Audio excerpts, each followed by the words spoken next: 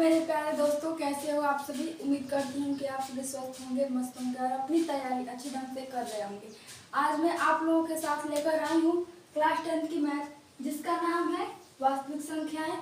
ठीक, इसके पहले मैं 2 और वीडियो बना चुकी हूँ, उसमें इसके बारे में और बताई हूँ। आज बताने वाली हूँ भाज्य संख्याएं के बारे में। ठीक, तो आइए देख लेते हैं भाज्य संख्याएं की परिभाषा। ठीक ना, तो यहाँ पर देख लीजिए क्या हो जाएगा। ऐसी संख्याएं लिख लीजिए यहाँ पर, ऐसी संख्याएं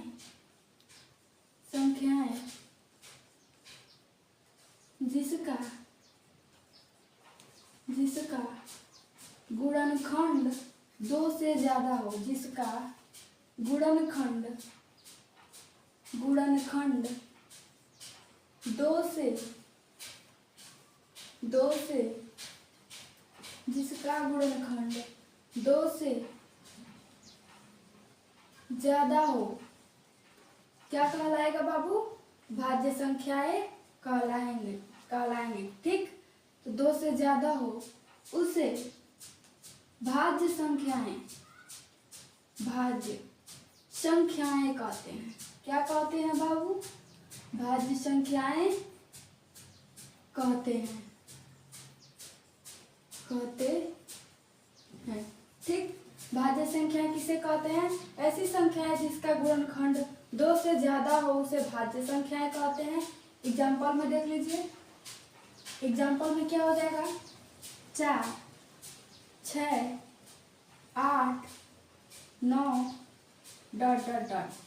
और सारे भी संख्याएं हो जाएंगी। ठीक, तो यहाँ पे देख लीजिए 4 किससे कट रहा है। 4 गुणे 1 कटेगा। ठीक, कमा 1 गुणे 4 कटेगा और 2 गुणे 4 कटेगा।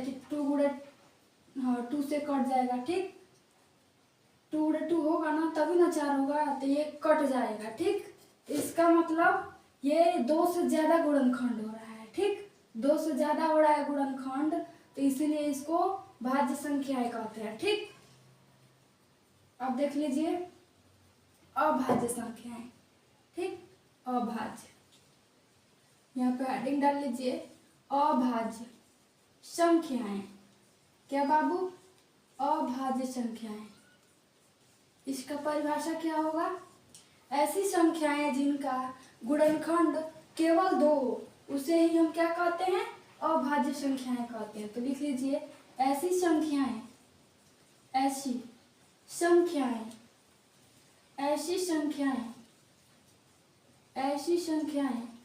जिसका गुणनखंड क्या बाबू? गुणनखंड केवल 2 हो, जिसका गुणनखंड केवल 2 हो उसे अभाज्य संख्याएं कहते हैं। क्या कहते हैं बाबू? अभाज्य संख्याएं कहते हैं।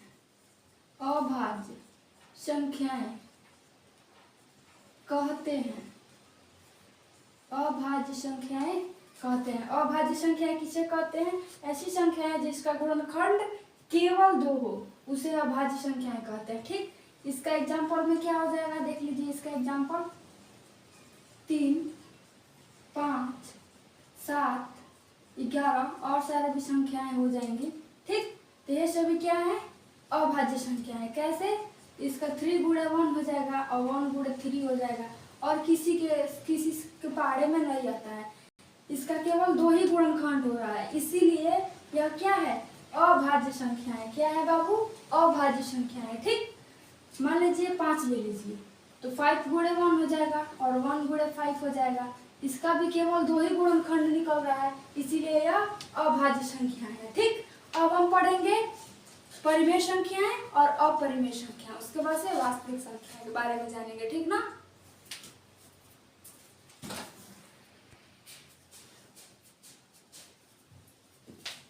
अब मैं आप लोग को बताने जा रही हूँ परिमेय संख्याएं। ठीक, आप लोग भी हेडिंग डाल लीजिए अपने कॉपी में, परिमेय संख्याएं। ठीक, इसका परिभाषा हम लोग देखेंगे। ठीक ना, तो यहाँ पे लिख लीजिए आप लोग भी परिमेय संख्या की परिभाषा है। ऐसी संख्याएं, ऐसी संख्याएं जो P बट्टा Q के रूप में, P बट्टा Q के रूप में लिखा जा सकता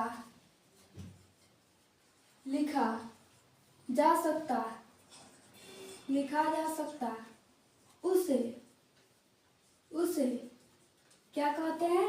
परिमेय संख्याएं कहते हैं। उसे परिमेय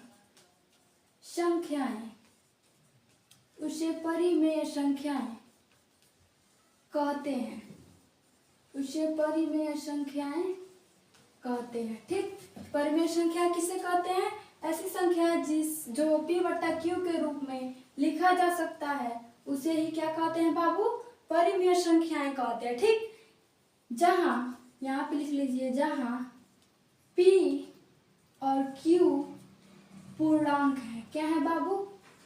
पूर्णांक है। P और Q क्या है? पूर्णांक है। ठीक, और लिख लीजिए Q not is equal to 0। ठीक, एग्जाम्पल में देख लीजिए, एग्जाम्पल में क्या हो जाएगा? एग्जाम्पल में हो जाएगा 1/2 माइनस का 5/-8 कमा 0.5। ये सब क्या है? ये सब परिमेय संख्या है। क्या बाबू? परिमेय संख्या है। अब हम जानेंगे अपरिमेय संख्याएं की परिभाषा। ठीक, तो यहाँ पे हेडिंग डाल लीजिए आप लोग भी, अपरिमेय संख्याएं। अपरिमेय संख्याएं क्या बाबू?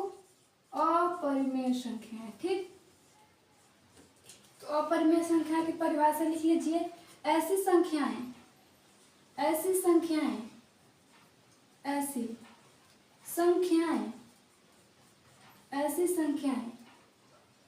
जो P बट्टा Q के रूप में, क्या बाबू? P बट्टा Q के रूप में नहीं लिखा जा सकता,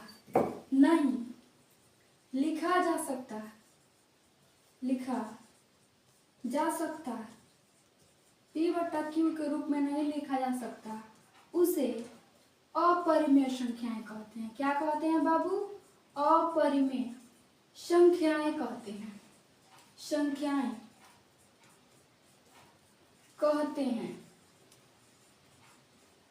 उसे अपरिमेय संख्याएं कहते हैं। अपरिमेय संख्याएं किसे कहते हैं? ऐसी संख्याएं जो P बट्टा Q के रूप में नहीं लिखा जा सकता उसे अपरिमेय संख्याएं कहते हैं। एग्जाम्पल में क्या हो जाएगा? एग्जाम्पल में लिख लीजिए रूट में 3, रूट में 2, ठीक, और रूट में 4, ठीक, और 2 प्लस रूट 2। ये सभी क्या है आपका? ये सभी एग्जाम्पल हो गया किसका बाबू? तो अपरिमेय संख्या का। ठीक, इतना क्लियर हो गया? जल्दी से जल्दी इस वीडियो को लाइक कर दीजिए और इस चैनल पे आप नए हैं तो चैनल को सब्सक्राइब कर दीजिए। ठीक है।